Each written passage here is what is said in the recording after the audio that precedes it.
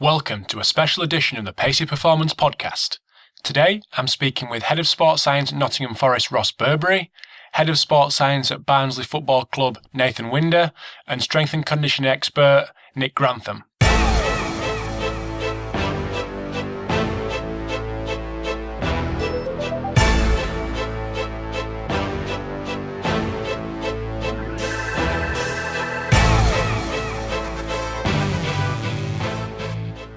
Hi guys, thanks for tuning in to a special edition of the Pacey Performance Podcast.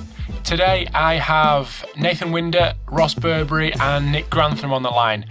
With all three guys having such vast experience in football, I wanted to get them together on the line at the same time and really pick their brains about football specific issues.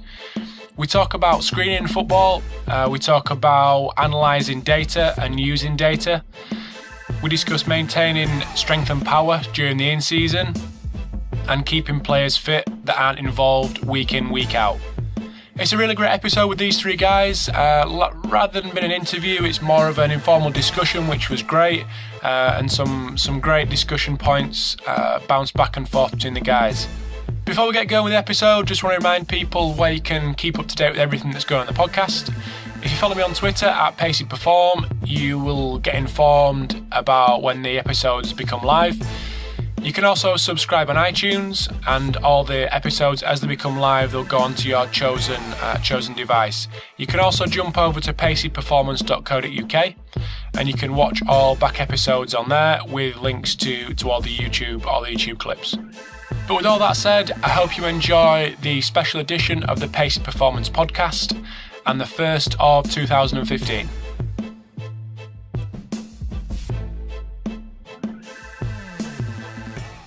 Hi guys, welcome to the Pace Performance Podcast. Got three guests coming today in Nathan Winder, Ross Burbeary and Nick Grantham.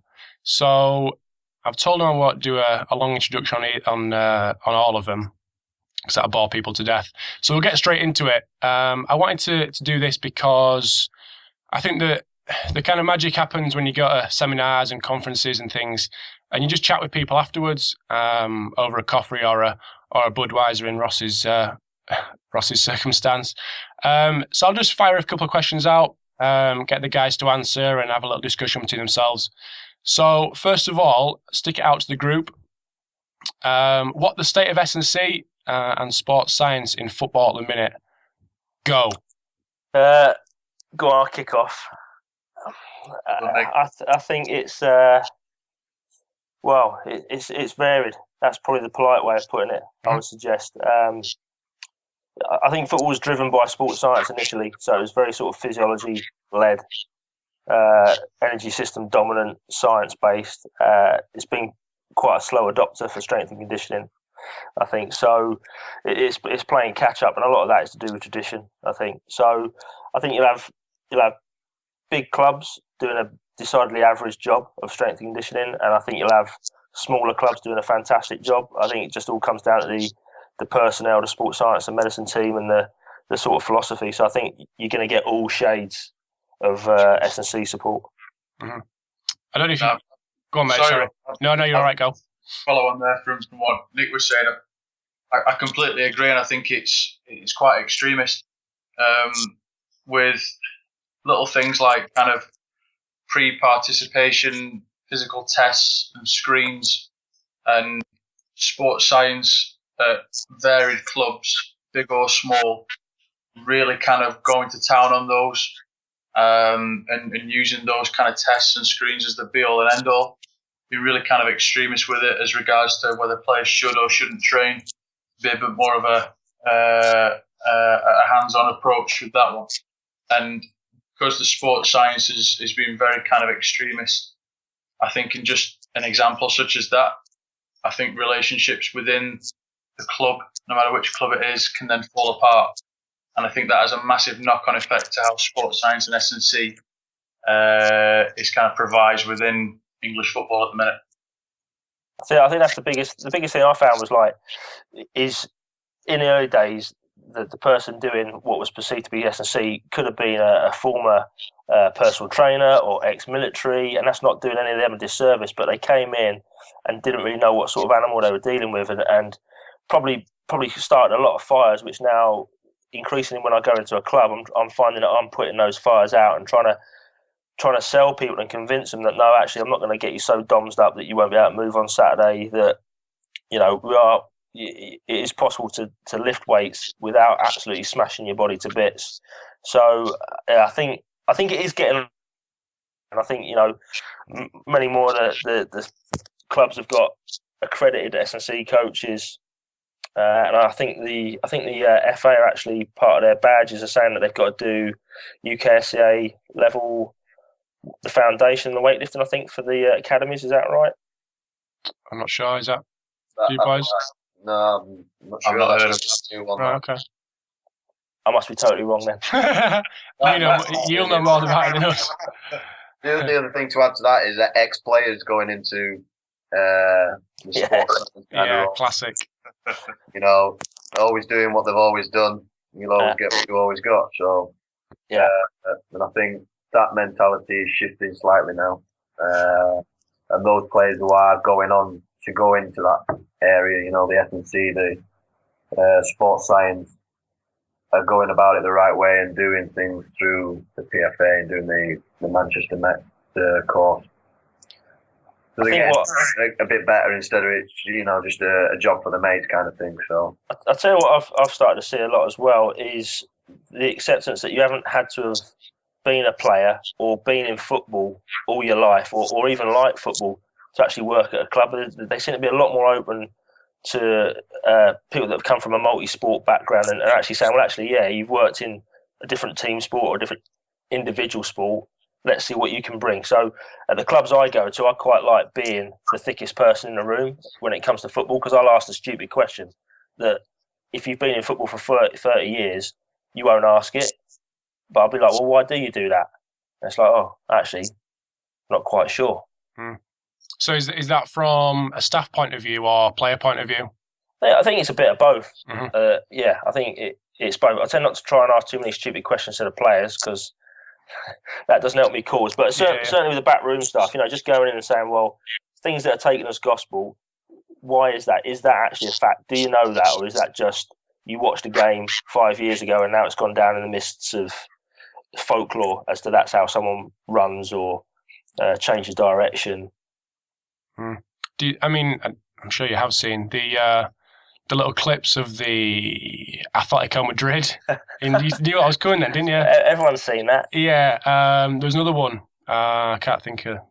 Man United? No, I'm not quite sure. Anyway, is that a accurate representation of what is going on across the board?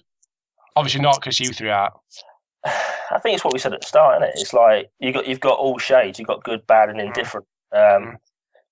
And probably the weirder and wacky you are, the more likely you're going to find your clips on YouTube. If it's that's the thing. It's like everyone's got to be an entertainer. Whereas if you're just doing standard issue programs consistently, no one's going to want to watch that on YouTube. But if you've got 30 guys in a room doing funny little punch bag things, that was Marseille, wasn't it? Yeah, that was it. It was interesting. It entertained me for about 30 seconds. It just got boring.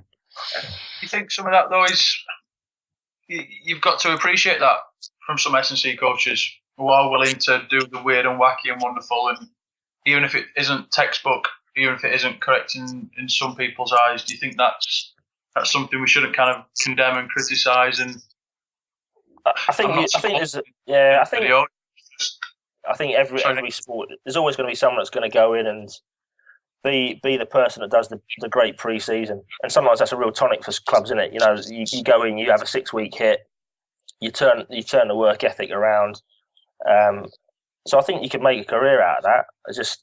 I'm not sure it's always lasting change that you get, before they move on to the next fad of training. That's cool. Move on slightly. Got a question from James Walsh, who actually took my position at Donny as the head of academy. Keeping players sharp who aren't involved on a Saturday, but are always on standby, so hardly train on a Friday. And obviously when you go to games, certainly the lower league games, still box to box. Do a couple of box to boxes after the match. Nath, over to you. Is that still the kind of norm, and how do you boys get around that? It depends really. So if we've got a Saturday, Tuesday, and we're in on the Sunday, then the lads can just go and do a little bit of running, literally a couple of box to boxes just to keep them ticking over, because they train the next day and have a proper session, which they've warmed up, they've done the warm up throughout the game. So it's just keep them ticking over. But in terms of if they're not in on the Sunday, because we've got a Saturday week, we'll look at doing full pitch runs, more tempo runs really, covering about 1,700 metres over a 15 to 20 minute basis really. But that would be after the match. In terms of the training on a Friday,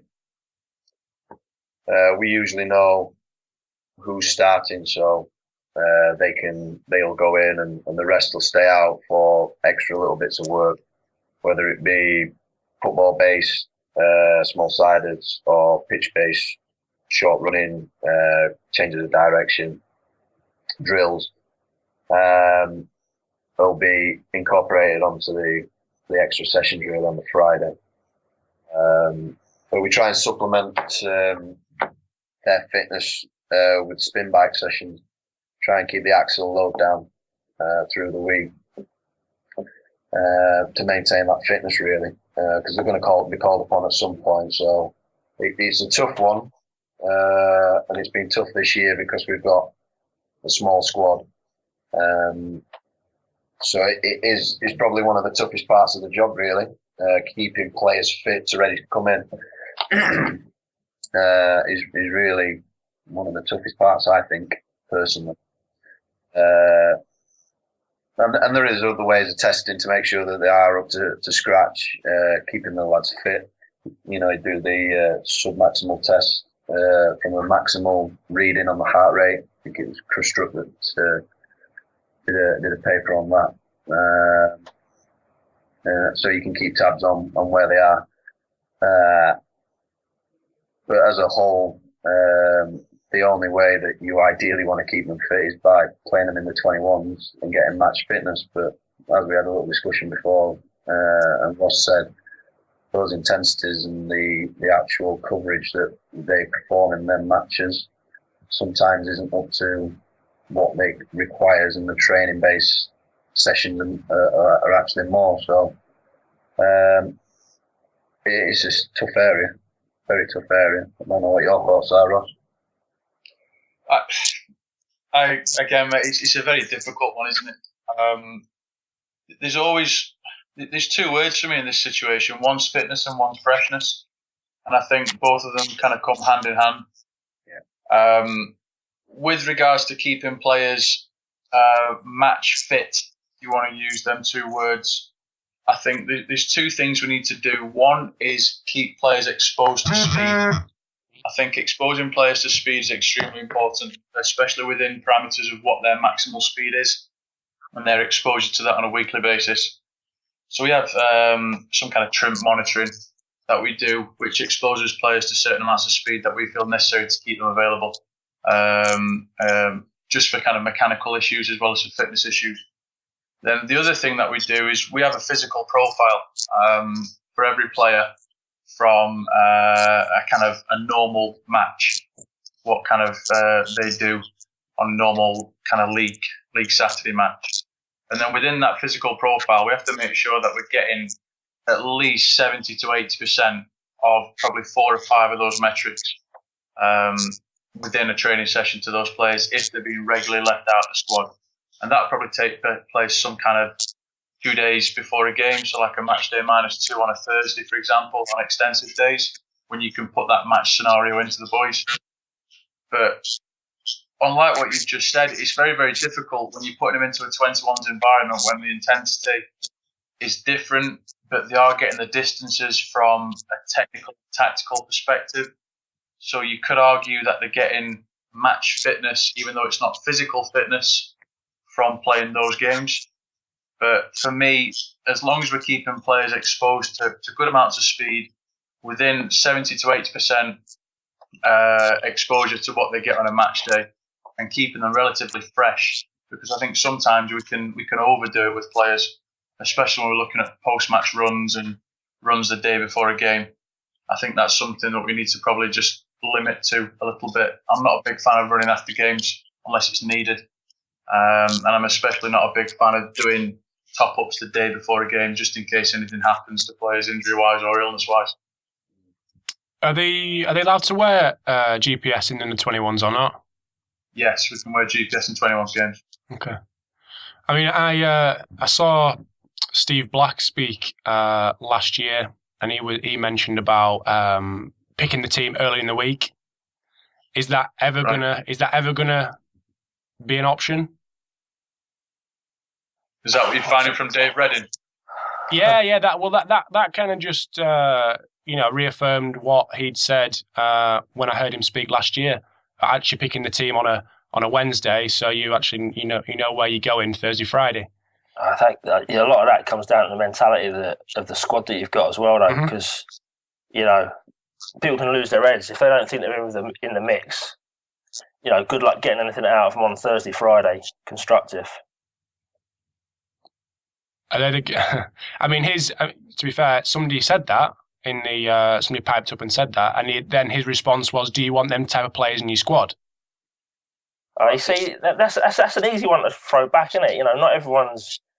That's an easy one. Like, no, you want people that run through brick walls, but you ain't always got people that run through brick walls. That's the reality. Not every athlete that you work with is a consummate professional. So, and also you've got to get inside the athlete's head.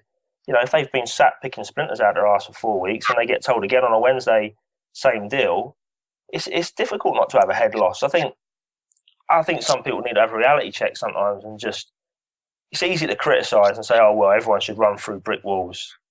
Well, life ain't like that. No, it's not in everybody's makeup, is it?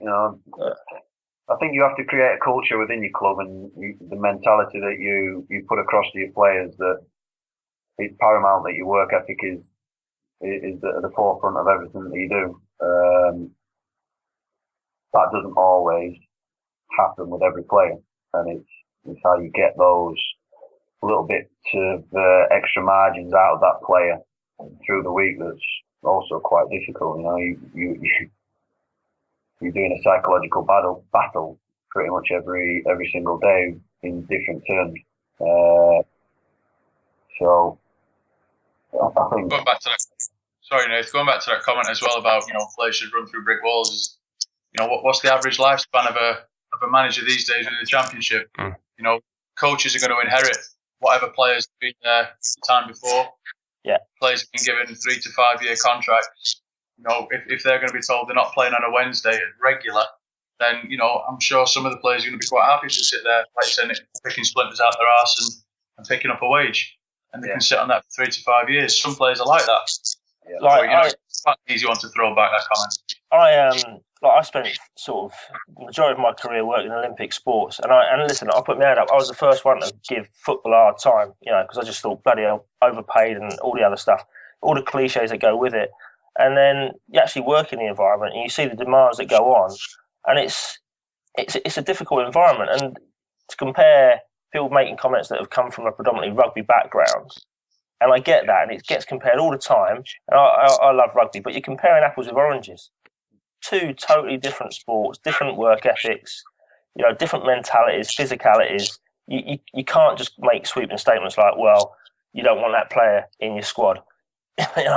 Tough shit. You don't want a full squad of them, but you might have to have a few mavericks that are a little bit out there that do the business for you on a Saturday. Yeah. Cool. Got a bit excited there, didn't I? You did a little bit. You got close to the screen as well.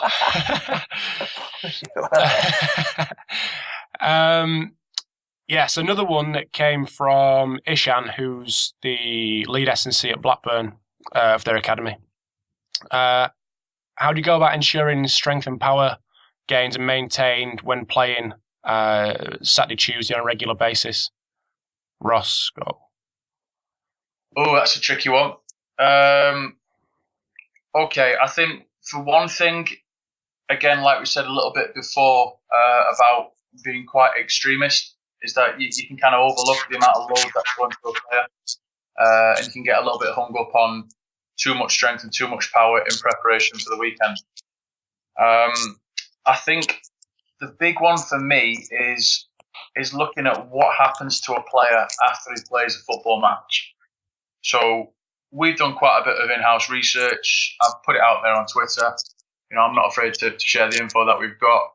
Just kind of the stuff that we're seeing with regards to creatine kinase levels, visual analog scale of muscular fatigue, so subjective markers, and the different kind of power tests that we do shows that dependent upon what a player does within the match, he gets a different response, obviously, up to 92 hours post-game. If we've got a player that's covering 400-500 metres of sprint distance, doing 80 sprints a game, up to 2,000 metres of high-intensity distance, whatever prozone metrics you want to look at with regards to intensity, he's still getting a repeated bout effect, if you want to use that terminology, up to 92 hours after playing a game on a Saturday. Is it then right to then say, right, you need to keep on top of your strength sessions, need to keep on top of your power sessions like everyone else does in the squad in preparation for the following week, when he's still going through that adaptive process of recovery, when he's getting a conditioning from strength and from power from football games? So with regards to the question of strength and power, I think you've got to be very particular with the individual timing of strength and power interventions for that player. And it has to be an individualised approach as to which way you go through it. For those type of players, what we do is we just give them small strength doses. Kind of 3 to 4 reps, 80 to 85% of the 1 RM on whatever kind of strength work that you want to do with the players, lower upper limb, full body.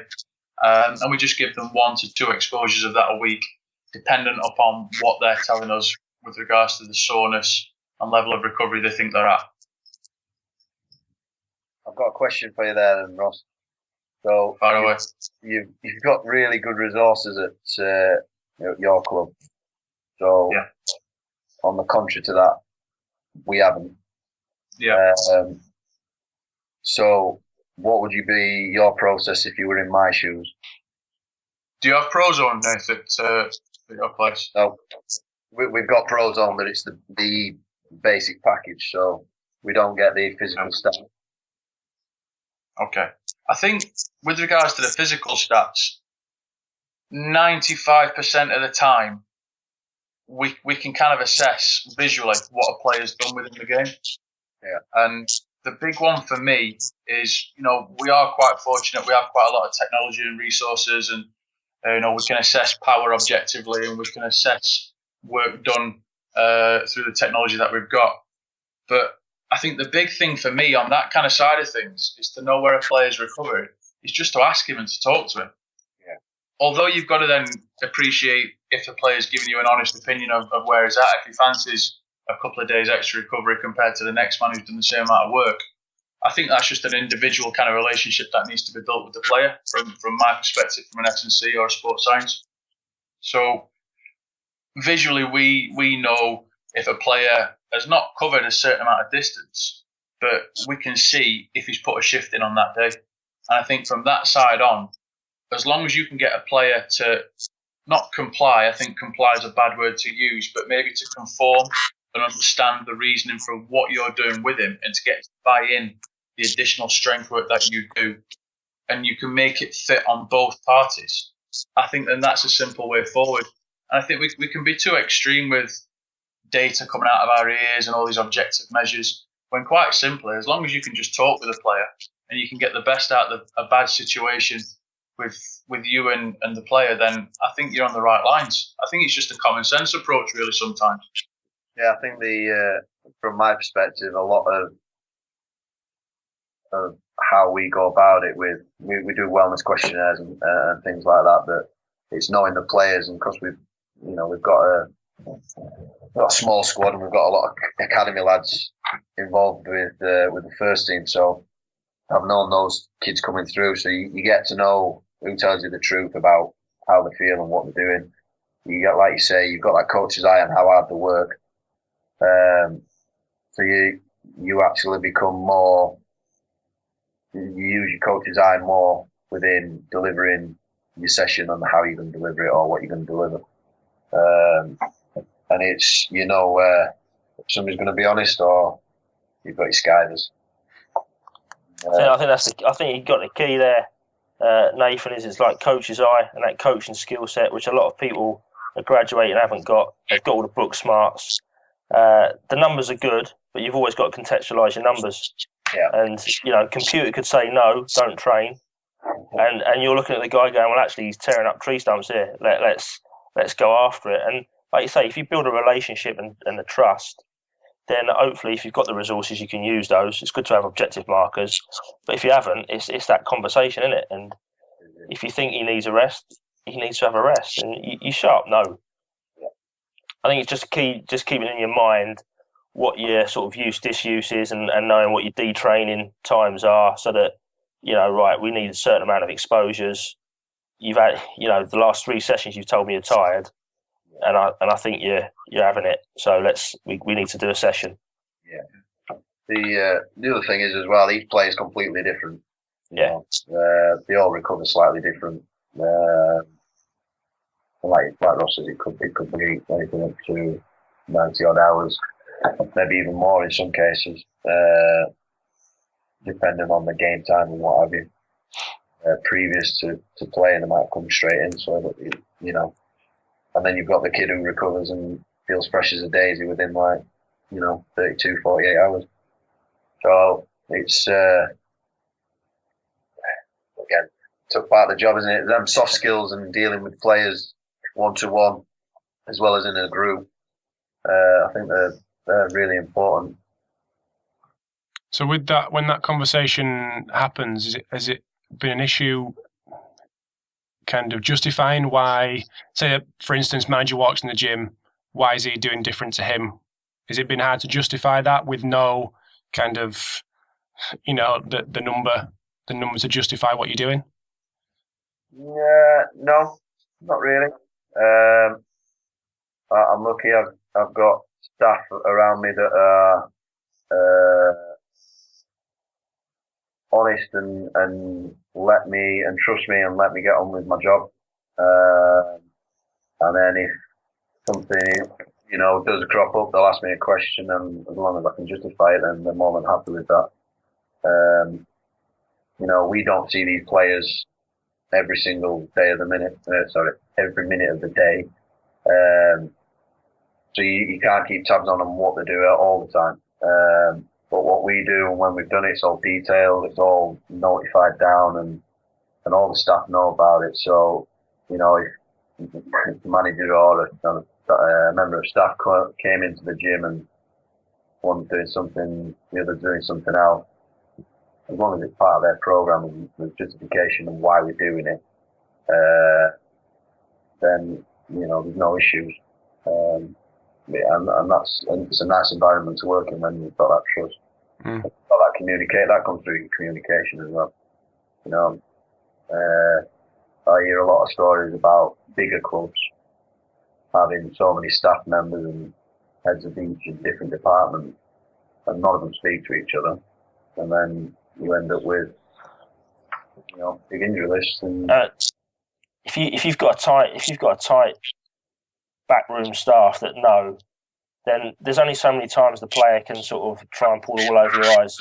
Because you, like you say, you all talk in your debriefs or in the canteen or wherever it is you speak, and it's like, well, he said he had a gammy knee and he couldn't do it today. And they're like, well, no, hold on, he was fine. But like you say, if you get into a big unwieldy department, you might not speak to someone for days on end. Yeah, that's a big part of the way I work. Definitely is the communication between all the staff, close knit. You know, we speak about players, you know, that we're playing. So one of the key things we do is it's like, right, this is our line on this. Everyone is saying the same thing when we walk out of this meeting room. So if they ask, this is the part, because otherwise people will go and they'll try. Athletes from all sports I've worked with, they'll pick you off. They'll go to whoever it is to get the answer they're looking for. Yeah. the manager says is exactly the same. You know, everybody's singing off the same hymn sheet. There's no gaps in it. There's no chinks in the armour.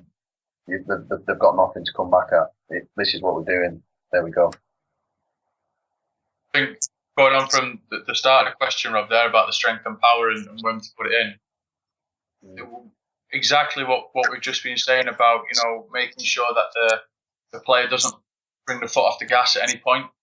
So I think the big thing for us now is that we're not too soft with it. We understand that there's, you know, a large gap for players that do more in games. That does restrict them to what they can do S&C wise or even training wise. But we're not particularly a club at Forest that pull players out of training. You know, we think that every day is a training day. They go out in the grass every day. We just limit or we do more with whatever player we think needs that amount of time on the grass. So it's not a case of saying you've done a lot today, you can go in the gym and you can just go and get a rub off the masseur and then off you go. That's not the case. I think it's you're on the grass every day. It limits as to how much you do, or, you know, sometimes in most cases more. But then putting individual programs into place with strength and power exposure, dependent upon what the coaching staff and sports science staff feel necessary for that player for that week. And again, like you've just said, Nick, there's a line there where everyone sings off the same hymn sheet. And whatever's been said to that player is consistent, and the player understands that's what is asked of him for that week. And there's at no point he takes the foot off the gas pedal. Yeah. I think that, especially within sports science, that maybe sometimes we don't remember that they're actually there to be footballers. Correct. You know what I mean? So, you know, you can't go out on the pitch now, you can't do this, you can't do that. Well, actually, you're here to be a footballer, so let's do everything we can to make sure you stay on that football field and do the prescribed session that's detailed for the amount of work that you need to do. If you need to do more, you do more. If you don't, you don't. You know, and we tailor that. But predominantly, we're there to be a footballer, not to be in a weightlifter. So we're not, you know, and I think there's some practitioners of maybe get into that. Well, I've got to make sure I look after them and mollycoddle them and keep them fit. When actually we're detraining them to do what they're actually paid to do, and that's be a footballer and go out and perform. And performance is key to everything. And keeping, like Ross said, keeping them fresh. But just going back to the question as well, is when you say about Saturday, Tuesday, and the strength work, if we do the correct programming throughout, then when you get your Saturday fixtures, making sure that you get your work in that period. And Ross said earlier about the strain and stress that you get from Saturday, Tuesday game, they're getting the load through that game time. So it's supplementing it to make sure that they can go out and perform again on that Saturday after the Tuesday game. So it might be just, you know, even some bodyweight exercises that's keeping them in the gym in that mentality to work. I think that's key. It's like people try and do way too much, but actually sometimes you just need a real small dose, real small exposure. Yeah. Just keeping the consistency going is the key. So long as the intent to train for that 1 or 2 sets is there, and then get yourself off.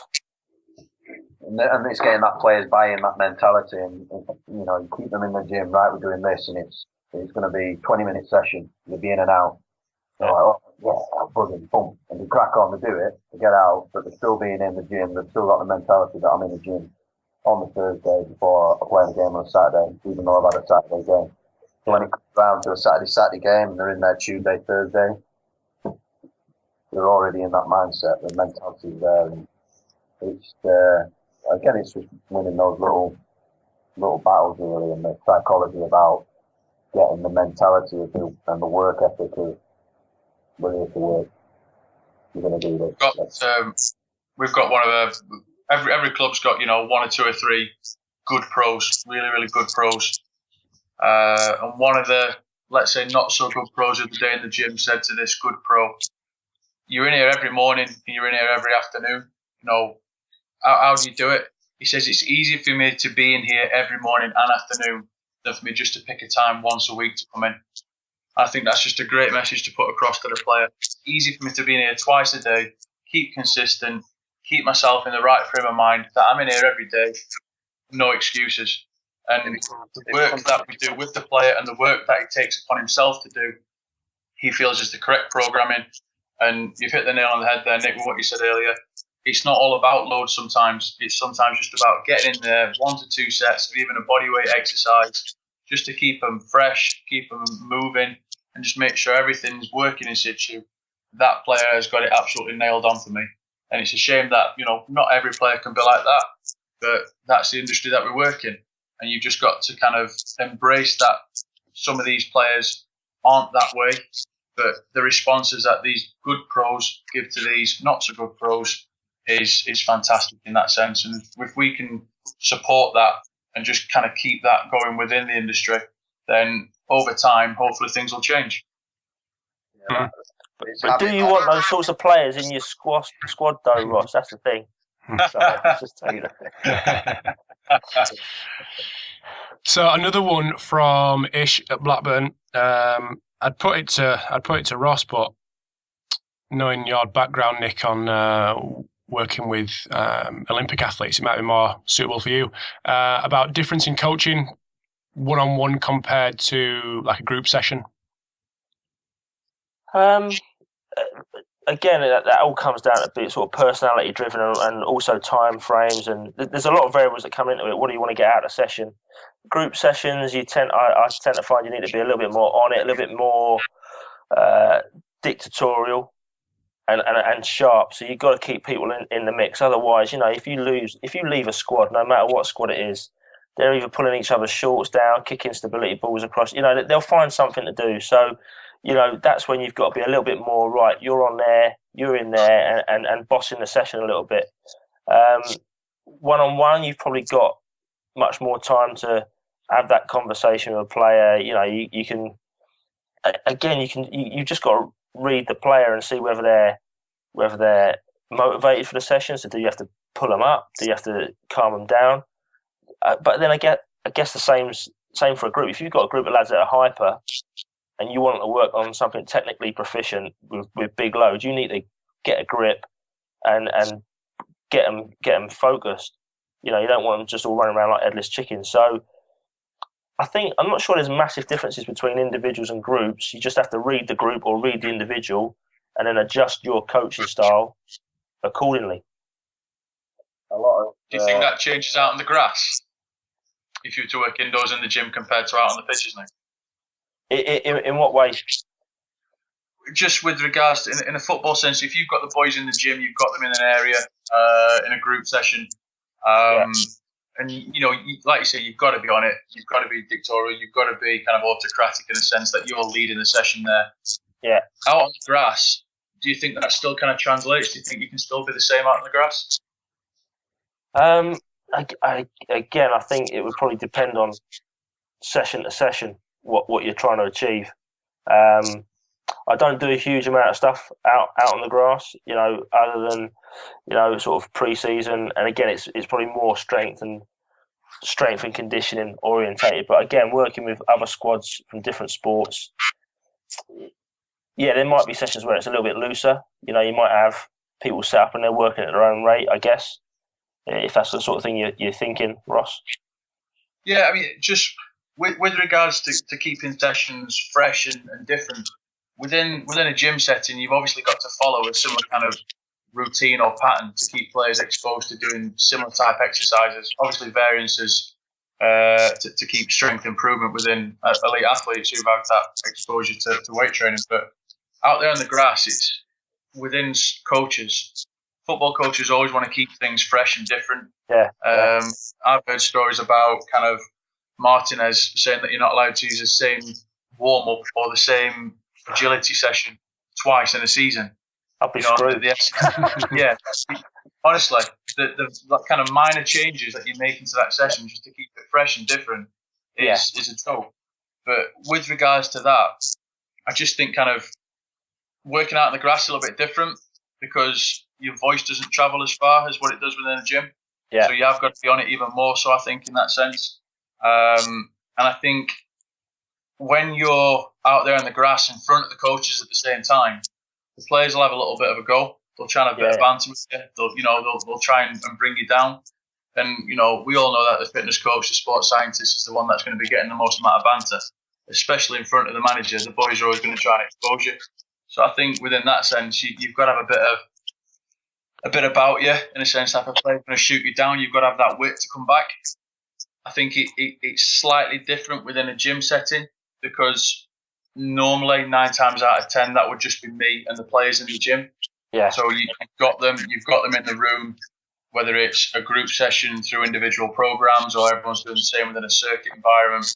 You've got them. You can put the music on and everyone's buying into it, and you can then pick players out who aren't. Whereas out on the grass, it's different. You've got a bit of an audience. You could lose them, couldn't you? It's what? Sorry. You could lose them very easily. Oh, 100%. Yeah. Not just lose them, you could lose yourself. Yeah. Your head could go massively, especially if the boys are drifting into you saying that, oh, he's lost it, he's gone red, and this, that. Yeah. I think it's a completely different mindset from being in the gym with a group and being out in the grass with a group. Yeah, no, absolutely. You're doing the under-12s warm-up, that's the usual shout, that sort of stuff. Exactly, yeah. Got this one off YouTube, have you? Exactly. Things like that. Yeah, I think... Have a bit about you to get back at them out in the grass and show that you're one still in charge. Again, that's the thing they don't teach you at uni, innit? And again, I think I'm not suggesting I've got the best banter in the world, but you've got to have some stock sort of comebacks, ain't you? Yeah. Because if you don't, that's it. You've had it. You've got to have a few in the bank, haven't you? Yeah. Thick skin and a few comebacks. But yeah, I remember I had it once when I was getting the under-12s warm-up shout all the time. And then one of the other guys went and did the warm-up, and he was getting the same shout. He's like, Nick, you got to realise they just do that shout to everybody, no matter who's warm-up. Because then they're coming off the park going, oh, your warm-up's so much better than his, Nick. And then I go out and do it, and they're going, no, yours are terrible. It's rubbish. So they just, like you say, they just do it to get a reaction. Exactly. The common footballer's trait of moaning. They can't get through a day without at least one moan. As long as they're moaning and working, I don't mind. Yeah, that's true. Yeah. But like you said there, Nick, a lot of that you don't learn. Well, you don't learn that at university. That comes through experience, doesn't it? Yeah, but also I'm not sure you can teach a lot of it. I think you've either got it or you haven't. I think you can either stand in front of a group, or not. Teaching that personality and it is tough. Yeah, you're not going to get much time in football to learn that in front of a team, are you? No, and I think sometimes what a lot of coaches have to recognise is it's okay to say, actually, I'm most comfortable with an academy, or I'm most comfortable working with a women's team, or actually I am first team material, and to say, well, actually, no, I don't fancy it in the first team. I can't stand that sort of banter. I'd much rather be in a different environment. Whereas I think a lot of people always feel they have to be the first team guy. That's quite hard to admit to yourself and others that you maybe, it's not going to be the first team in where I want to be. Yeah. I think you've got to find what you enjoy. And if you can't cope with something and you're getting battered, you're not going to enjoy it. So, is this you, Nath? No. I've done both. I quite enjoy both. Probably the first team's a bit more suited to me because the 18-year-olds, well, they can be more testing. The younger kids can be more testing the actual adults, really. But I enjoyed both roles, really. I'm lucky to have worked in an academy and now in the first team. So I am very lucky to have a taste of both. But like you say, you've got to enjoy whatever you're doing, and if you don't enjoy it, then you'll put yourself and pigeonhole yourself into a category, I think. Oh, cool. So move on again. I know Ross did a full 45 minutes chatting about this a couple of months ago, but with such a large percentage of Premier League squads sat on the physio bed, what strategy have you found most useful when it comes to injury prevention? You can start off with that, Ross, if you want. I know it's you had 45 minutes on that, like I said. Just put that 45-minute one back on loop. Yeah, right. I did. Yeah, stop that now. Yeah. Just drinking that beer then. Yeah. It's by the side of me. I don't know if I should do it because I'm on video, aren't I? No, it's. I think with intervention is there's three big things. I think that the biggest one as sports scientists we can't control, and that's previous injury history. We're not going to probably be consulted within signing new players, or we are going to inherit players going to a club, and that's kind of the biggest indicator for injury in my eyes, previous injury history. Looking at that, you obviously tailor individual programs suited to that player on his screening, on his testing, and this, that, and the other. The other two for me, the first one is obviously training load, making sure that you get differences in training load throughout the week, intensive, extensive days. Not so much periodising it, just have a bit of common sense and knowing what kind of adaptation you're going to be getting from what sessions, and then what's safe as part of a training sequence throughout that week to ensure that you're safe going into the next session and you're prepared for it. Although I have been told by a friend of mine, I'll not mention any names, that a French club in League One looked at replicating the same training monotony every single week of the season, and that was their most successful year for reducing injuries, which is quite a surprising thing. Keeping the same sessions every day, doing the same thing. Quite an interesting one. Take that as you will. And then the third one for me is just going back onto what we said earlier about the strength and power, just making sure that you're getting the recovery right. If you can ensure good recovery, whether it's through objective or subjective markers, and players are able to do what you're asking them and keeping themselves relatively fresh, I think if you're doing those three things right, you're not going to be going that far wrong. Yeah, right. Done. Killed it. Next. Were you going to say something, Nate? Sorry. No, it's interesting. A lot of that there is common sense. Looking after your players and not going to the extremes and not thinking that you have to do too much, but making sure that they're doing enough. And sometimes I think you can get lost at I've got to work harder, and that can be dictated as well through performances and results sometimes. And I've seen it in previous outings that the message gets sent that they need to be working harder when actually probably don't. So, but in terms of recovery strategies, there's plenty of different ways, and there's a lot of papers out there and research to back everything up with what you try and do. And you could go on forever in what you're doing, compression tights, pulls, nutrition. There's lots of different things. But it was interesting that Ross said what's particular is keeping your players strong. Doing that strength work in and around your training methods is paramount, really, because they've got to be able to cope with the demand of the game, and that is a recovery strategy within itself. So, no, just a little bit to add to it, really. That's cool. I think not going with the French thing in terms of monotony, but my biggest thing is just consistency. You've got to have planned variability within what you do, but the players that have come back from injuries the best and have stayed injury-free are the ones that get it and do a little consistently all season. And then off-season, they're doing little bits and pieces. Pre-season, they're back in it. It's the ones that kind of have great big peaks, get on it for 4 weeks, smash it, do really well, and then go, well, I'm fit now. I'll just ease off. And gradually over a 6 to 8 week period, they start to detrain, and then they have a catastrophe. Then they hit it again. You just want someone that can just do little bits consistently.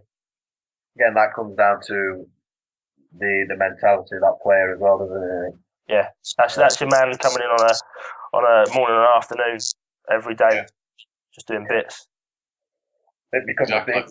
It's the lifestyle for them. They understand that the longevity of the career is short, and they get that doing little bits and being a bit, having that habit of doing that is massive to them.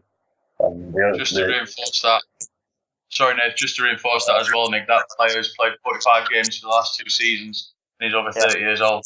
So, 100% with what you're saying. Little things, keeping yourself robust, keeping yourself trained, not picking your times to come in, just keeping it consistent and just adapting the sessions based on feeling of recovery. Yeah. Cool. Another one from James, I think, at Donny. With so much data been collected, are we using this data effectively? I know you've mentioned it a little bit. And how is it effectively fed back to technical? Go on, Nick. I can see you having a little laugh. Go on, fire away. I think everyone collects a lot of data. Big data has become very sort of fashionable over the last 12 to 18 months. All that data has got to be contextualised because the numbers on their own tell you very little. And I think probably a lot of clubs, if they're honest, are just collecting stuff at the moment and not really knowing which key metrics are the ones to really hang your hat on. I think you're getting close to it, but I think anyone that sits there and, when they start telling you we collect X, Y, Z, and, I think they've got to be honest with themselves and say, do you actually know that that's the one that tells you what you need to do? So I think it is effective, but I think we probably need to trim it right down and find the key variables that work, and then make sure that they inform your practice. That's the key. No point collecting the data if you just still have the same session out on the pitch or in the gym. You've got to look at the numbers, contextualise it, make an informed decision, and adapt your training accordingly. I'm not sure many clubs are at that level yet. I completely agree, Nick. I think the extremist comes out again, doesn't it? When you're looking at collecting all this data, and then you think to yourself, how much time is actually spent supporting the players rather than reporting the data? It's got to be an intervention has to come from the data, and it's got to be put into practice. But it's only got to come from data that's going to be reliable, significant, and effective for then making players injury-free, perform better on match days, so on and so forth. So, again, you can collect all the data in the world, and I think as long as you can get a player to buy into your practice and your provision by use of that data, and also the manager and the coaches, I think then you can just go to the relationship side. I think just talking to players, I think, is the main way forward for me. But if a player then asks, why am I doing this, why am I doing that? You've then got all the objective markers to then reinforce your opinion. The players then go, actually, yeah, you know what, that's bob on. And then once you've got that right, you've got the player involved, you've got him into your practice, and then you can build those relationships, create loyalty, create honesty, and then you've got yourself a good player. Yeah. I'd agree. Yeah. Cool. Last but not least, systems for screening. So biggest bang for your buck when it comes to screening, FMS, obviously a modified FMS. Go on, Nick, go on. What? No, you have a little look. I'm not saying anything. just sat here smiling. That's it. I'm just a happy fella. Well, yeah, I know that. So, who's going first? Fire it out. Biggest bang for your buck when it comes to screening. I do a hop and hold video analysis every 2 months. Simple as. It's simple, it's easy. You can see a lot from what's happening across the body. Frontal side view, and just see what happens through load acceptance when players hop from one leg over a 1 metre distance and then balance. Simple, effective. It's not the be all and end all. Not got a massive test battery. Might throw a Y balance test in there as well. Posterior medial, posterior lateral. Just see what happens and see what the distances we're getting in relative comparison to leg length. And I can do that consistently throughout the season. Yeah, we do something similar. We do a single leg load really, and that's from a box drop, a single leg distance, and a single leg knee dip, and film basically on that. Score 1 to 0. The higher score you get, the worse it is. Pretty simple, and that was through we work with a physio called Ian Horsley, and he recommended that for time consistency, for assessing your screening your players, because you can spend a lot of time screening your players and end up again with a lot of data that will never get used. So you get a lot of information from those three really. We do some handheld dynamometer stuff as well. That's been quite reliable, and we use that as a return to play criteria. Should they get injured? I think what Ross and Nathan both said there sounds really sensible and logical. Also, I just found the mixed training. I use training as my screening tool. You know, when they first come in, I've got some standard body weight sessions that will put them through some fundamental shapes. Can they hit them? And I took that from sort of some stuff I saw from Al Vermeil, and he's got all your exercises and looking at how they performed and whether that's a weakness in thoracic or whether it's a weakness in different areas or lack of flexibility. And again, when we know we're under the cosh in terms of training time, to go to the gaffer and say, oh, by the way, I want a morning to screen everybody in pre-season, well, good luck with that. But actually, gaffer, we're going to get them in and we're going to do a body weight conditioning session, and I've got all the physios in watching, and we're picking things up. You not only have you got a training session, you've also got some sort of screening, testing taking place as well. Goes back onto what you were saying earlier there, Nick. It's really good that you all formulate opinions then within the staff and you all stick to the same line then as well, don't you? The fact that you've all made an assessment of a player subjectively, you can all have a discussion about it and then formulate a programme, whether it's an intervention programme or wherever it is on that. So I think that's really good, mate. The only thing is I can't package it and sell it for loads of money. What we're doing in the job then? That's cool. I mean, it's 55 minutes. So, Nick, you've got a couple of seminars coming up. Do you want a little plug of them? Oh, yeah. Okay. Well, do. Yeah. So the first one kicks off when is it? In Leicester, at Leicester City's training ground.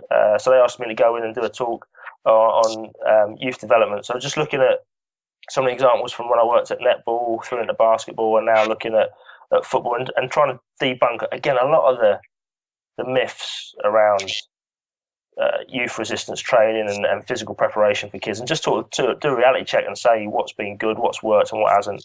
So that's creating athletic legacies. So I'm doing one at Leicester, and then there's a few others that have come on board that want me to Blackburn. I'm going to Leeds. I think I might be doing one up here in Sunderland. So it's on Eventbrite. People can have a look or go on my website and have a look. It's 25 quid, cheap as chips. There you go for an evening. So which is the Leeds one a replication of the Leicester one? They're all yeah. So okay. They'll probably get better. They'll probably get better as they go on. Don't say that to the Leicester guys. Okay. No, the Leicester one's going to be amazing. But yeah, it's all the same. It's all the same workshop, just done in different locations because not everyone can get in from an evening. Mm-hmm. Cool. That's it. I mean, I just want to thank you all for coming on. And do you want to just give people a heads up on where they can catch you? Website, Facebook, Twitter. What about you, Nath, first? Yeah, you can catch me on Twitter, Winder_N. That's basically the main one I use. So if you want to have a chat on there, hit me up, no problems. Ross? Just Ross Burbeary on the Twitter. Don't put anything personal up there. Just put loads of studies and boring stuff so it make good nighttime reading for anyone that wants to have a look. And your stuff as well. And my stuff as well, yeah. Still send you to sleep. Nick? Yeah, on Twitter, Coach Nick G. I don't take pictures of kale and mung bean salads for breakfast or anything like that. What? So, again, just tend to share decent ideas and information. Occasional funny things, but that's about it. Cats? Anything to do with dancing cats? No cats, no. Oh, shit. Right, okay. What's your website, Nick, where people can get to the... It's the very originally entitled nickgrantham.com. Nice. It took me ages to think of that. So, yeah, should be able to find it. And there's a blog on there. So, again, it's kind of my ramblings. Cool. Nice. Well, thank you very much for your time, and I appreciate that. And I'll speak to you in a bit. Speak to you shortly. Thanks, mate. Thanks, lads. Thank you. See ya. Bye. Thanks for tuning in to a special edition of the Pacey Performance Podcast. I hope you enjoyed the chat with Ross, Nathan and Nick. I'm thinking about doing a similar edition with rugby rather than football. So if there's anyone you'd like to see on the rugby edition, I'd really appreciate any recommendations. Just a little reminder that you can catch all episodes of the podcast if you subscribe on iTunes. You can also jump over to paceyperformance.co.uk and all the previous episodes are on there. But thanks for listening, and I will catch you in the next episode.